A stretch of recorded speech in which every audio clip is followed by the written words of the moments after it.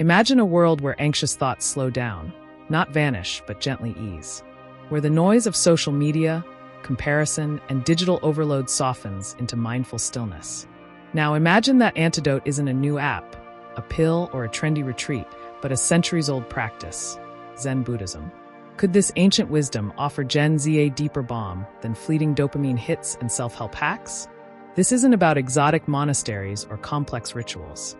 It's about simple, timeless techniques, breathing, presence, observation, that can anchor a generation grappling with skyrocketing anxiety, chronic loneliness, perfectionism, and identity questions. Mental health trends show Gen Z reports the highest rates of anxiety and depression ever recorded in any generation. Could Zen's profound yet accessible tools help ease that psychic burden? This video explores that exact possibility.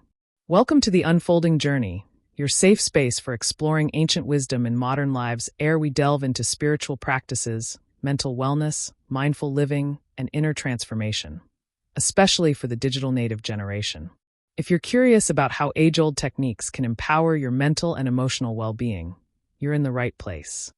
Before we dive into Zen, let's face some raw truths.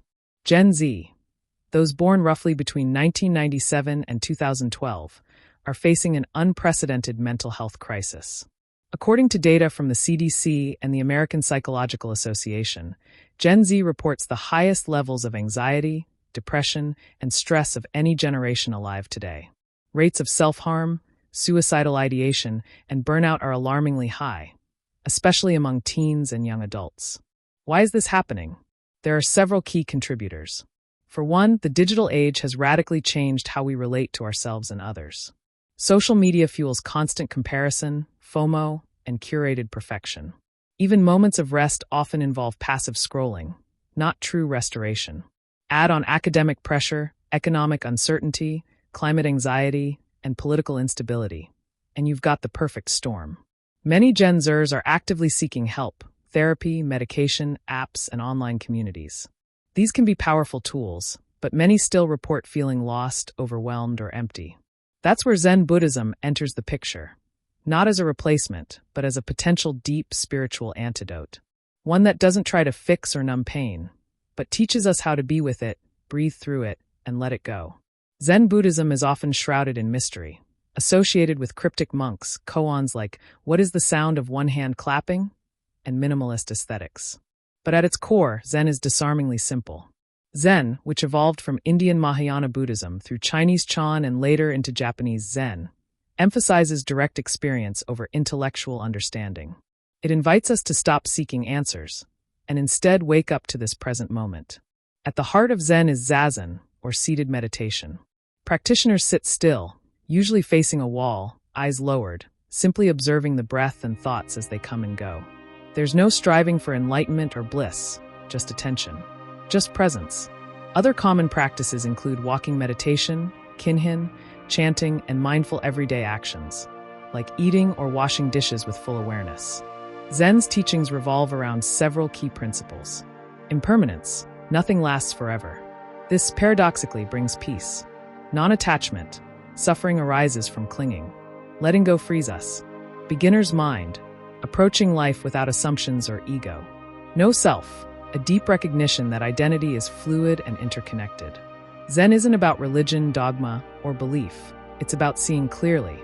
And in a time where Gen Z is constantly bombarded by filtered images, fake news, and social pressure, that clarity is revolutionary. At first glance, Zen might seem like the opposite of Gen Z's fast-paced, tech-saturated world. But look deeper, and you'll find surprising compatibility. First, Zen is non-theistic. It doesn't require belief in gods or supernatural forces, making it accessible to secular and spiritual but not religious people, which includes a large chunk of Gen Z. Second, Zen is experiential, not ideological. In an age where young people are skeptical of institutions and tired of being told what to believe, Zen offers an invitation. Try it for yourself. See what's true for you. Third, Zen cuts through the noise. It asks us to turn off distractions, stop scrolling, and simply be here now. This stands in radical opposition to the algorithm-driven world where attention is constantly hijacked. Zen's minimalist aesthetic, emphasis on inner stillness, and resistance to consumerism also appeal to many young people seeking meaning beyond material success. It's quiet in a world that's screaming. And finally, Zen doesn't ask us to escape the world, but to engage with it more mindfully. It teaches us how to sit with discomfort, face uncertainty, and stay grounded amidst chaos. It provides the emotional toolkit many Gen Zers crave, but don't know where to find. In a time of mental and emotional overload, Zen is not a retreat. It's a return to breath, to presence, to life. Let's talk specifics. What are the core Zen practices, and how can they help with mental health? A. Zazen, seated meditation. Zazen is the backbone of Zen. You sit comfortably, keep your spine straight, breathe naturally, and observe. Thoughts come and go. Emotions rise and fall. No judgment, no chasing, just sitting. This trains the mind to stop reacting automatically. Over time, it creates space between stimulus and response, a space where calm, clarity, and choice live. Research shows that consistent meditation reduces anxiety and depression, lowers cortisol, the stress hormone, improves sleep and attention, boosts emotional regulation. B. Kinhin walking meditation. This is meditation in motion. Slow, deliberate steps. Focused breathing. Attention to the soles of your feet. Kinhin teaches you how to bring awareness into the body, and the body into the now. It's perfect for those who struggle with stillness or feel overwhelmed sitting for long periods. Great as a screen break or walking between classes. C. Mindful daily activities. In Zen, even mundane tasks like brushing teeth or washing rice are opportunities to awaken.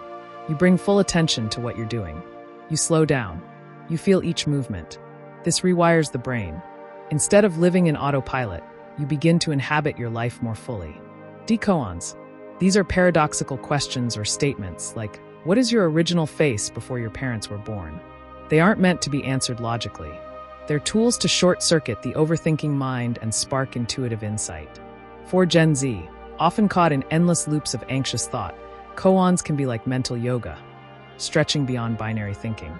Altogether, Zen's practices offer something precious, a way to ground, soften, and return to your center, even when the world feels like it's spinning out of control. Let's humanize this with a story. Meet Maya, 21, a college student majoring in psychology. By her sophomore year, she was overwhelmed: classes, internships, social expectations, climate dread. She was on SSRIs, in therapy, but still felt hollow. Then a professor introduced her to Zazen.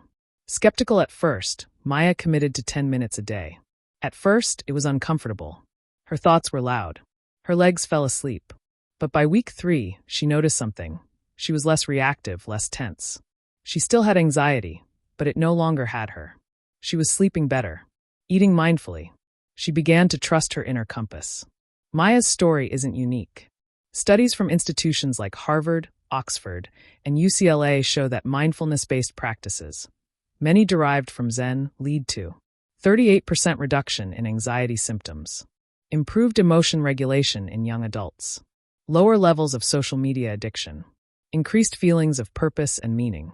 Even tech companies like Google have introduced mindfulness into their corporate culture, and it's helped reduce burnout and improve focus. In Japan, where Zen originated, teenagers learn Zazen in school. It's not seen as esoteric. It's just part of healthy emotional hygiene. For Gen Z, often overloaded with content and starving for peace, Zen offers something powerful. Not an escape, but a new way to be fully present with what is. Ready to try Zen but not sure where to start? Here are a few beginner-friendly tips. 1. Start small. Try just 5 minutes of Zazen each morning. Sit in a quiet place, focus on your breath, and gently return when the mind wanders. That's it. Use a timer app like Insight Timer or a YouTube-guided sit. 2. Practice mindfulness once a day. Choose one everyday activity, brushing your teeth, eating breakfast, walking to class, and do it mindfully. Notice the sensations, the smells, the sounds. Bring your full attention to it. No phone. No multitasking. 3. Create digital boundaries. Before scrolling TikTok or Instagram, pause. Take 3 deep breaths. Ask yourself, do I want to do this, or am I just escaping? This small moment of awareness is a Zen moment. 4. Join a Sangha community. Look for local or virtual Zen groups. Many offer free online meditation sessions. You don't need to become a monk, just a regular human trying to live with more presence. Zen doesn't ask for perfection. It asks for presence. Show up. Breathe. Begin again. That's the practice. Zen Buddhism won't solve every problem facing Gen Z. It won't cancel student debt or fix social media overnight. But it can offer something rare and revolutionary in today's world: a path inward. A way to stop chasing, comparing, and numbing, and start seeing, breathing, and being.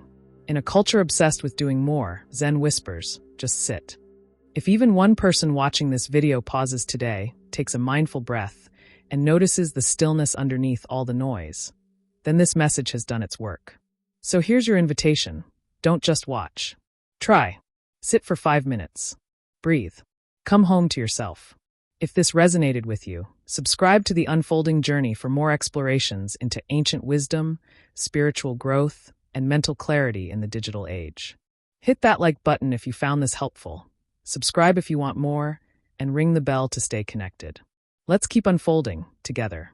And hey, leave a comment. What does mindfulness mean to you in 2025?